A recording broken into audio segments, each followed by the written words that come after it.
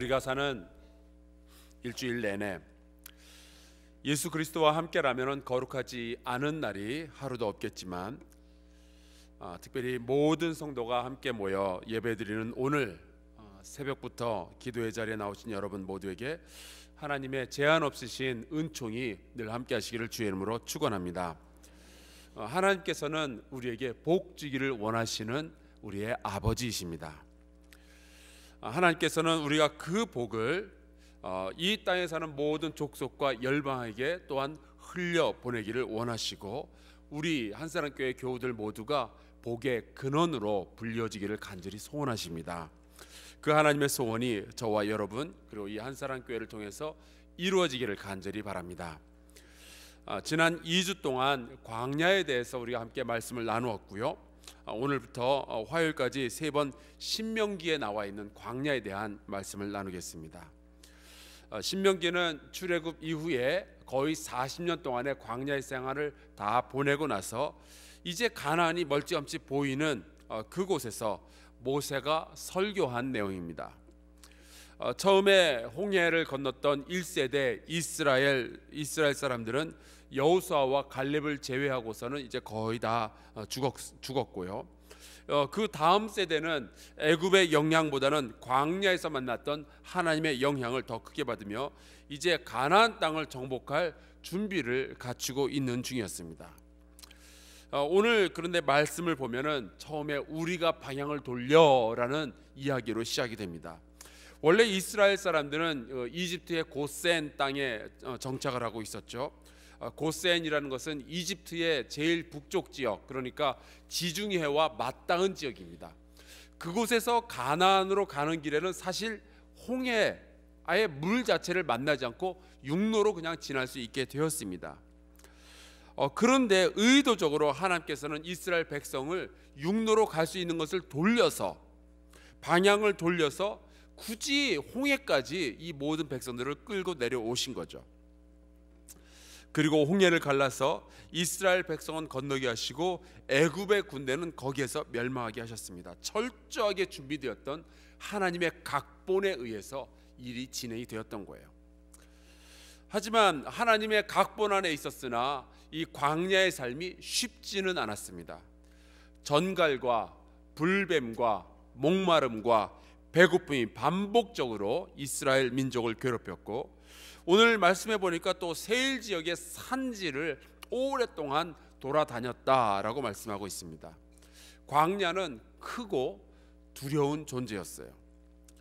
그런데 모세는 그 광야의 세월 40년을 지난 이후에 그렇게 백성에게 하나님의 말씀을 전합니다. 내가 이 큰 광야에 두루 다님을 알고 누가요? 여호와 하나님께서 내 하나님 여호와께서 이 40년 동안을 너와 함께 하셨으므로 내게 부족함이 없었느니라. 우리가 이 말씀을 들으면 두 가지로 반응할 수 있을 겁니다. 첫 번째는 너무 감사한 거죠. 나의 아픔과 나의 두려움과 나의 외로움과 나의 슬픔 속에서 혼자라면 정말 힘들었을 텐데 하나님께서 다 알고 계시니 얼마나 감사하셔요. 내 아버지께서 나와 동행하여 주셨으니 얼마나 감사해요. 그래서 많은 분들, 특별히 신앙이 깊은 분들은 너무 감사합니다. 내가 주님께서 나와 함께 하신다면 나의 지금 이 고통에서 내가 그래도 버텨낼 힘이 있겠나이다 라고 고백을 할 수 있을 거예요. 그러나 또 다른 반응이 있을 수 있습니다. 글쎄요, 여기 말씀해 보면은 내게 부족함이 없었느니라 라고 모세가 이야기하고 있지만 과연 그럴까요? 정말 이 광야를 지나오면서 이스라엘 사람들이 부족한 것이 없었나요? 아니에요. 부족함이 없었다라는 말씀은 철저하게 하나님의 관점에서 말씀하신 거죠. 하나님은 일용할 양식을 다 주셨으니까. 그러나 받는 사람의 입장에서는 일용할 양식 말고 더 있잖아요. 필요한 것들이. 부족한 게 없기는 왜 없어요? 물이 부족했고 음식이 부족했고 휴식이 부족했고 평화가 부족했었는데 그래서 이스라엘 백성은 그렇게 많이 불평했던 거 아닙니까? 부족했기 때문에. 사람 편에서 보면은 광야는요 모든 것이 부족한 세상이에요. 자, 그렇다면은 문제는 누구의 관점으로 우리가 이 광야를 볼 것인가 하는 겁니다. 내가 보기에는 이 광야, 나의 인생, 나의 이 문제투성이 이 시간은 정말로 부족한 것 투성인데 하나님께서 보시기에는 부족함이 없다는 거예요. 자, 여러분, 이 시간에 한번 생각을 해봅시다. 누가 맞을까요? 하나님이 맞을까요? 내가 맞을까요? 아마 하나님의 시각이 맞을 겁니다. 하나님께서 부족한 게 없다라고 하셨으면 부족한 게 없는 거죠.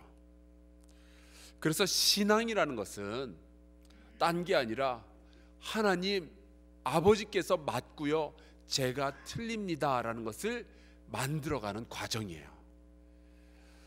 그런데 하나님께서 말씀하시기를 이스라엘이 광야에 있다는 것을 하나님께서 알고 40년 동안 동행해 주셨다고 말씀을 하고 있죠. 어떤 분들은 너무 감사합니다.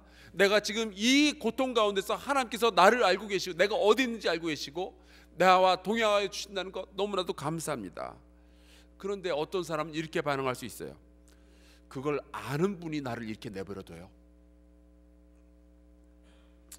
내가 힘들고 어려운 걸 알면서 왜 나를 이 광야에 그냥 내버려 두셨냐 말이죠. 그게 그렇게 기쁘지 않을 수도 있겠어요. 정말로 날 사랑하신다는 하나님께서 나의 삶에 왜 이런 슬픔과 왜 이런 고통과 왜 이런 외로움을 경험하게 하셨냔 말이에요. 사실은 저도 이쪽에 속해 있었던 사람입니다. 저도 제 아내와 함께 부모가 경험할 수 있는 최악의 고통을 지나왔습니다. 자연히 이런 질문이 떠올랐어요. 하나님께서는 모든 것을 다 알고 계신다는데, 내가 어디 있는지 다 아신다는데, 하나님께서는 그리고 나와 동행하여 주신다는데 왜 나한테 이런 고통을 주셨냔 말이죠. 하나님의 마음의 깊이를 다 알 수는 없었습니다. 마치 바둑을 막 두기 시작한 오목이나 겨우 두는 사람이 이세돌 구단의 마음을 어떻게 알겠어요? 모르죠.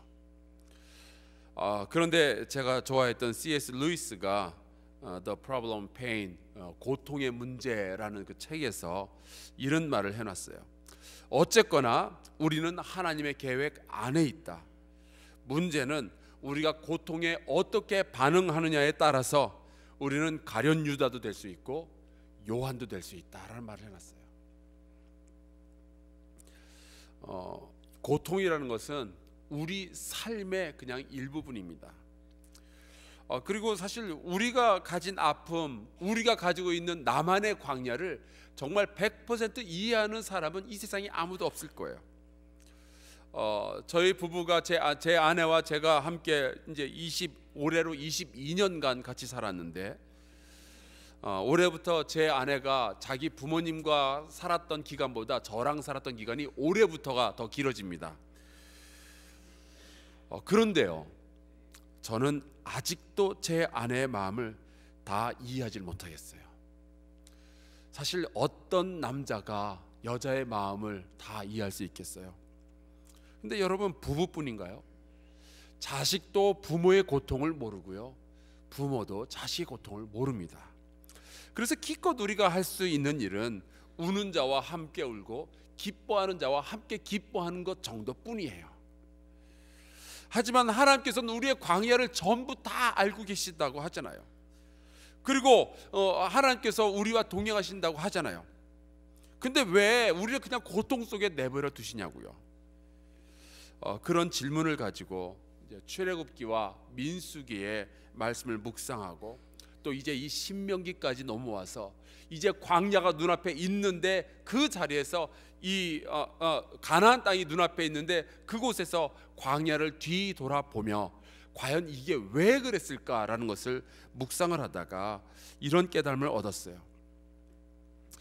우리는 늘 그런 이야기예요. 축복의 땅 가나안 땅이 이스라엘을 위해서 준비되어 있다. 그 땅을 향하여 나아가자라고 이야기를 해왔어요.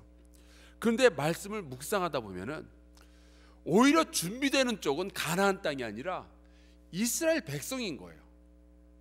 짧게 말씀드리면은 이스라엘을 위해서 가나안 땅이 준비되는 것이 아니었고요, 가나안 땅을 위해서 이스라엘이 지금 준비되어 가는 과정이 광야였습니다. 하나님의 나라는 그렇게 들어가는 거예요. 우리는 늘 천국에 가면은 나를 위해서 금면류관이 예비되어 있고, 나를 위해서 황금으로 만들어진 맨션 아파트가 나를 위해서 준비되어져 있다라고 이야기를 해요.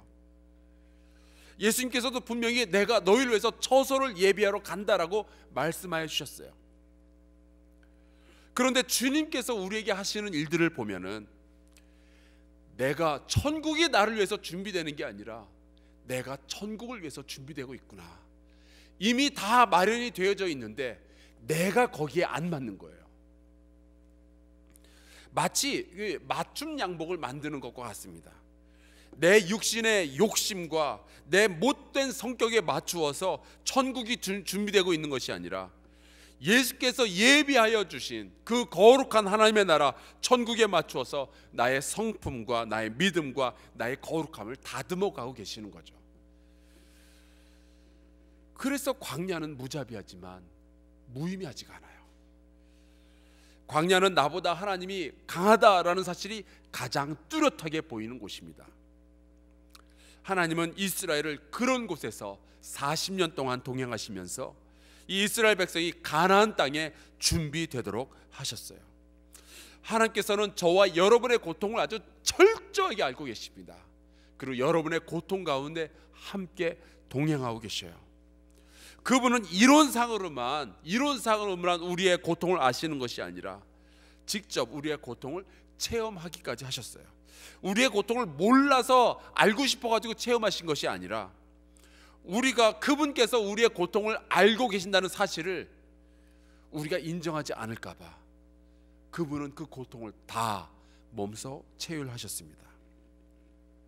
그렇다면 이 고통의 광야 가운데서 우리가 믿어야 할 사실은 하나님은 우리를 철저하게 알고 계시고 내가 어느 고통 가운데 있는지 알고 계시고 지금도 우리와 동행하시며 우리를 하나님의 나라에 적합한 거룩한 사람으로 만들어가고 있다는 사실이에요. 하나님은 우리의 모든 고통을 아시고 우리와 동행하시며 우리가 하나님의 뜻에 합당하도록 필요한 모든 것들을 지금 공급하여 주고 계십니다. 다만 우리가 기대하는 방식과 다를 뿐이죠. 믿음이라는 것은 결국 모든 고통을 나의 광야에서 제거하는 그러한 노력이 아니라 우리가 하나님의 거대한 각본 안에 있고 결국 하나님께서는 이 모든 것을 합하여서 선함을 이루어 주심을 소망하는 것, 그것이 믿음입니다. 하나님은 나의 고통을 알고 계셔요. 그분은 정말 잘 알고 계십니다. 그분은 그리고 나와 지금도 동행하여 주십니다. 여러분과 함께 해주시는 그 하나님의 손을 붙잡고 주께서 예비하여 두신 그 가나안 땅, 그 축복의 땅에 걸맞는 사람이 되기 위해서 오늘 하루도 주 앞에 기도하며 나아가는 여러분 모두가 될 수 있기를 주의 이름으로 축원합니다. 우리 함께 주기도문으로 예배 마치겠습니다. 하늘에 계신 우리 아버지여, 이름이 거룩히 여김을 받으시오며 나라가 임하시오며 뜻이 하늘에서 이루어진 것 같이 땅에서도 이루어지이다.